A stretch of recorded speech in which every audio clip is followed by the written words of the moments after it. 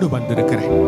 அன்றைக்கு எருசலேமின் வீதிகளில் தன் நாஸ்திகளெல்லாம் செலவு பண்ணி சுகமே கிடைக்காத நேரத்தில் நான் என்ன செய்வேன், நான் யாரை சந்திப்பேன், நான் யாரிடத்தில் உதவி கேட்பேன் என்று சொல்லி அங்கலாய்த்து கொண்டிருந்த அந்த பெரும்பாடுள்ள ஸ்திரீ ஜனக்கூட்டத்தை கண்டு என் அருளாதர் இயேசு கிறிஸ்துவை நான் சந்தித்தால் எனக்கு சுகம் கிடைக்கும் என்கிற நம்பிக்கையோடு அவள் கடந்து வந்தாள்.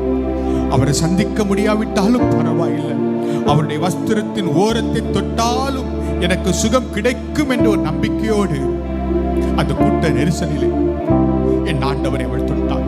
அந்நேரமே அவளுக்கு சுகம் கிடைத்தது.